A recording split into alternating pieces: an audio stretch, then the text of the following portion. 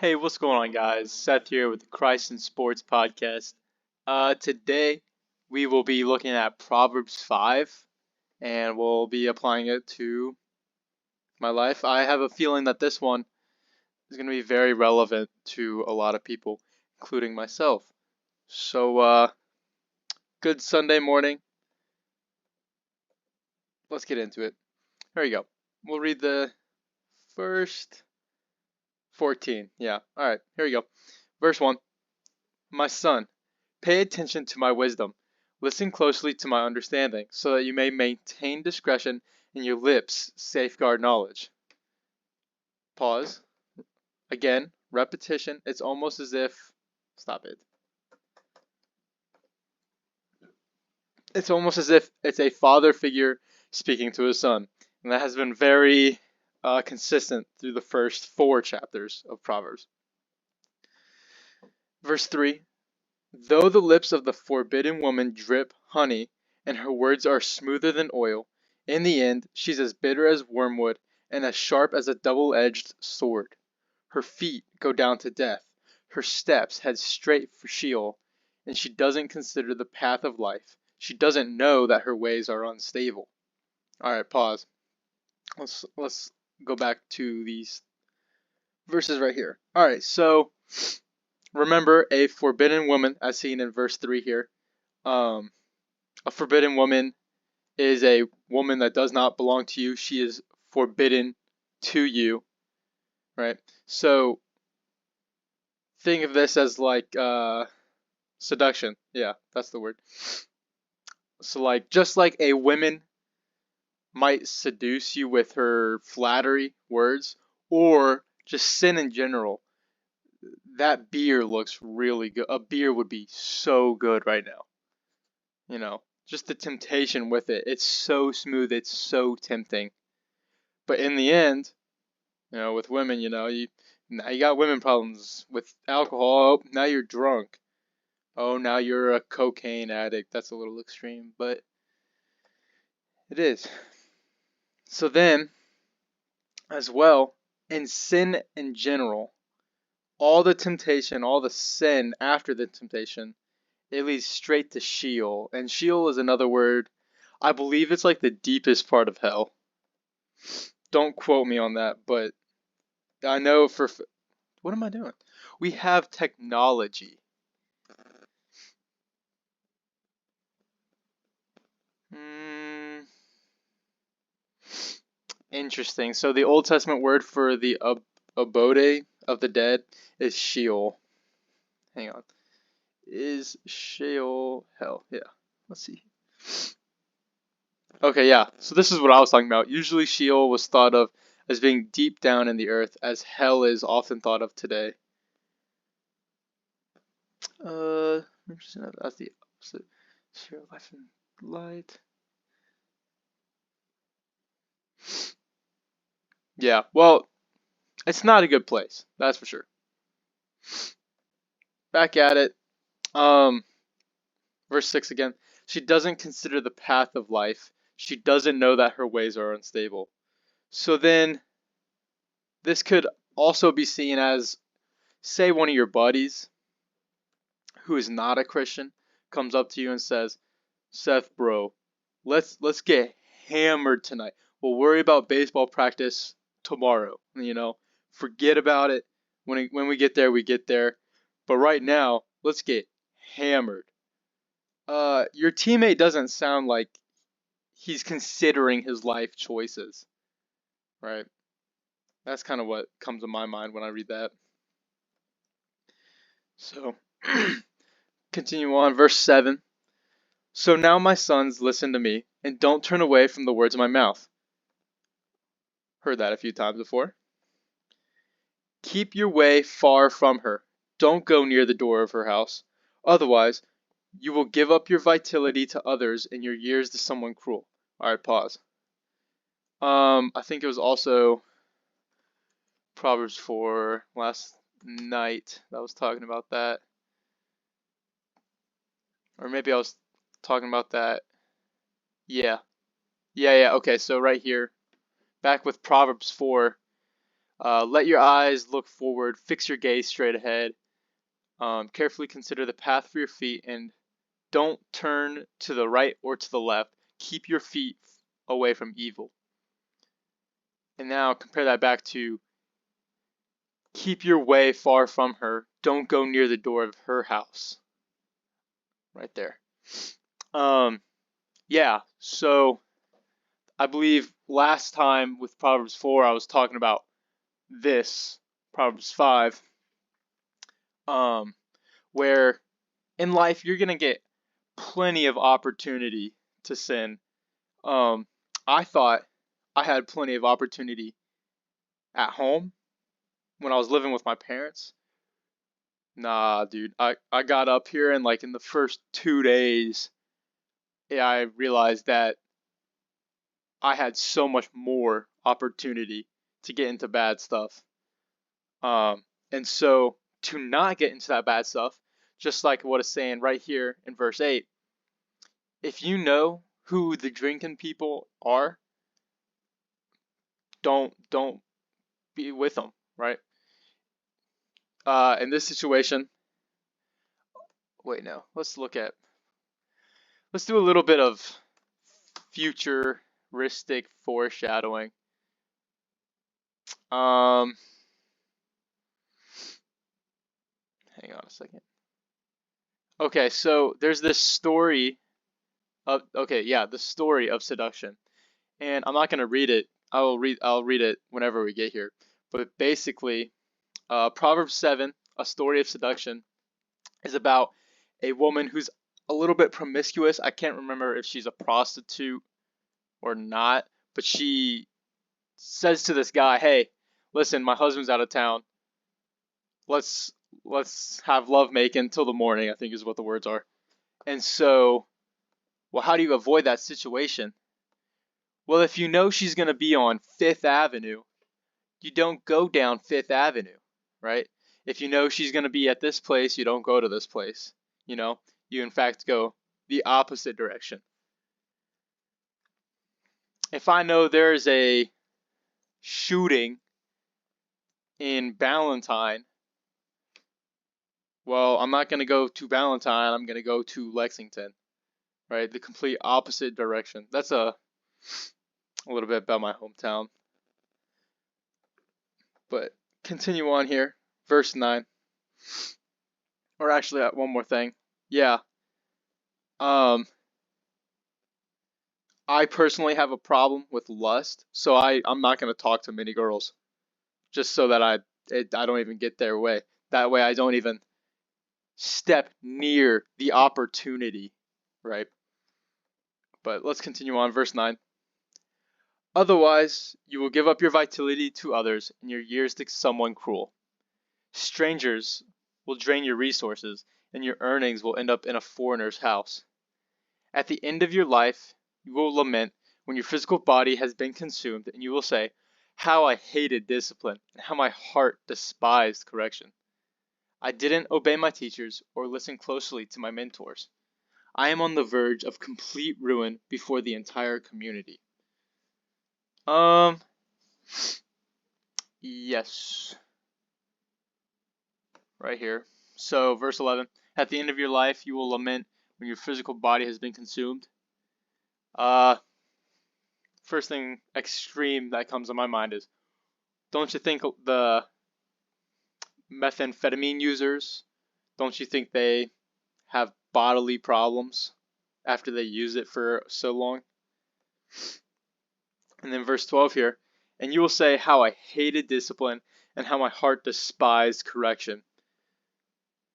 I was actually talking about this with my old youth group. Well, talking. I said it in a group chat and no one ever responded.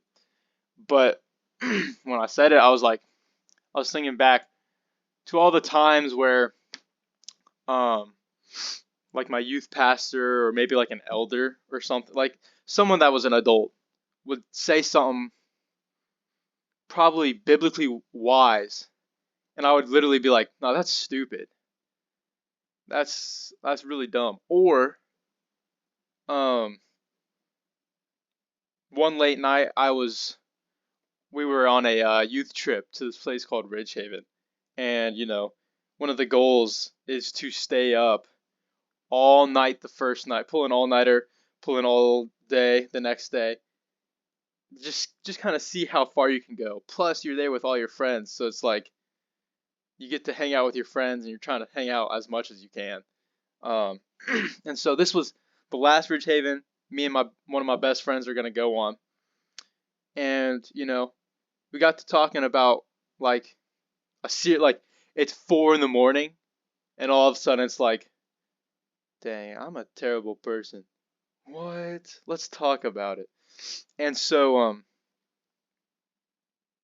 this was just a year ago, and he told me that one of the things that helped him in his life was cutting out such explicit music. Um, Me and him, we used to bump to Juice World, right? Well, in my case, when I listened to Juice World and XXX Tentacion, I was, who are both dead now because they were depressed and overdosed. When I listened to both of them, that was the most depressed I had ever been in my entire life. And he told me that when he cut it out and replaced it with more honoring and glorifying gospel music, excuse me, he said his depression problem went away. And at that moment, I told him, I was like, dang, that's really smart. And I forgot about it. And I didn't realize about it till literally like 4 months ago, probably the beginning of summer, maybe 3 weeks into summer. And when I realized that, I was like, wow, I kind of hated that he was right. That I hated that I would have to give up such music. Cause I love me some rap music, and like literally, it is so hard for me to give it up. Cause as an athlete, no, like I'm sorry, but Jesus Take the Wheel is not getting a lot of people hyped up to lift 290 pounds on their back for 10 reps, you know? So we listen to a lot of explicit music as an athlete in the weight room. And so being surrounded by that, it's so hard for me to let it go because I'll hear something and I'll be like, man, that sounds good. That sounds really good. I like that. But then I have to remember that, you know, no, I need to set my mind on what's God honoring. Anyway, but yeah, I bet you in 20 years I will still say, man, such an idiot. I can't believe how much I hated being corrected, even though the correction was God honoring. Let me know in the comments if you're the same way. Anyway, verse 13. We'll continue on. I didn't obey my teachers or listen closely to my mentors. I am on the verge of complete ruin before the entire community. A little bit of the same thing. My youth pastor might have said, well, might have. I know he said a lot where I would just be like, nah, I'm all right. Or I wouldn't pay attention. My youth pastor every Wednesday he's given a lesson. That's an opportunity. That's not, that's not a, that's not a right. I don't have a right to be taught the scripture. And I don't have a right to be taught what's right and wrong. No, it was an opportunity to better myself spiritually. And sometimes some days I'd be there and be like, nah, this is stupid. I'm not gonna really pay attention. I'll just run through the motions. Or in weights, nah, I'm kind of sore today. I'm not gonna do the full set. It's a 3x8, but I'm only gonna do a 3x6. He's not watching, so I'm just gonna kind of run through the motions. And eventually, you'll be in complete ruin before the whole team. It'll be obvious who's been doing the 3x8 and who's been doing the 3x6. But let's continue on this second half here. Enjoying marriage. Verse 15. Drink water from your own cistern, water flowing from your own well. Should your springs flow in the streets, streams of water in the public squares? They should be for you alone and not for you to share with strangers. Alright, pause. I forgot to mention. So, this whole section is enjoying marriage. And so when you read this first part, drink water from your own cistern, right? Should your springs flow in the streets, in the public?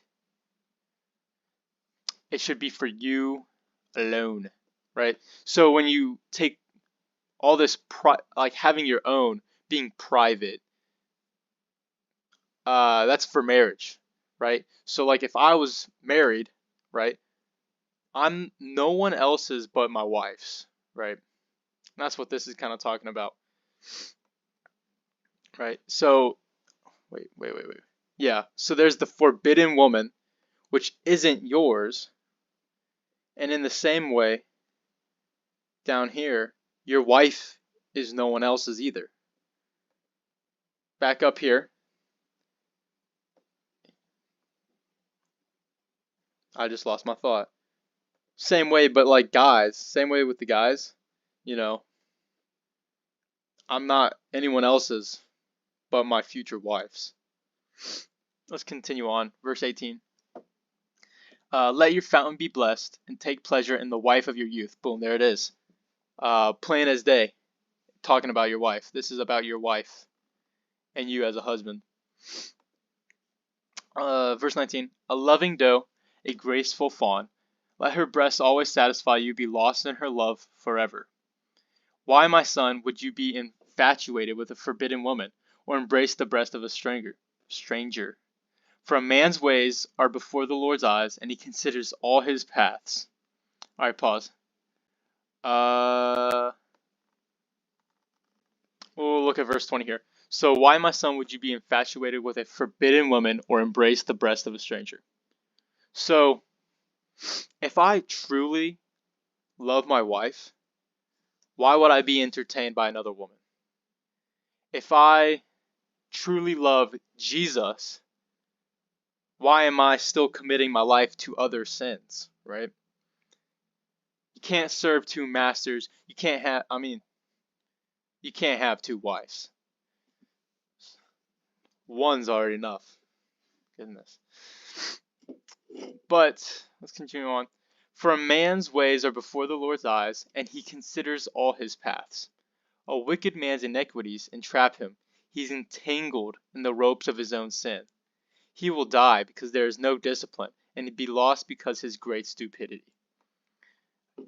Alright, 22 and 23 that I just read. Yeah, sin is very entangling, right? Let's say there's one sin. Let's say I did LSD. I promise I don't have a drug problem other than caffeine. It's just that drugs are super extreme and everyone understands. But say I have an LSD addiction and my parents ask me, Seth, what are you doing? And then I lie. Well, first there's the addiction. That's sin number 1. That led to lying, which is sin number 2. And then you can picture how it just keeps going on and on and on and on.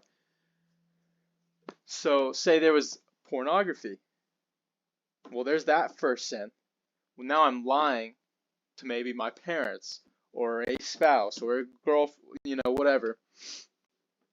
And it just keeps going on and on and on and on and on. And I can attest that, there were sins in my life that I've been dealing with for 4 years because it is so entangling, right?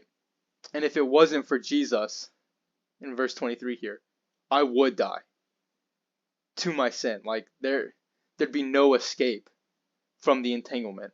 But because Jesus died on the cross from my sins, it's as if Jesus took a pair of scissors and cut the ropes that were around my neck, entangling me. And if it wasn't for Jesus, I would be lost. I'd be so dumbfounded in my sin. But well, that's gonna wrap it up for today. That was Proverbs 5. Please let me know in the comment section if you have any questions, comments, concerns. Please keep me accountable. Make sure I'm not blaspheming. I need you guys to be reading this for yourselves and having your own understanding of it, reading it for yourselves so that God can work it into your life. But yeah, hope you all have a blessed day. See you.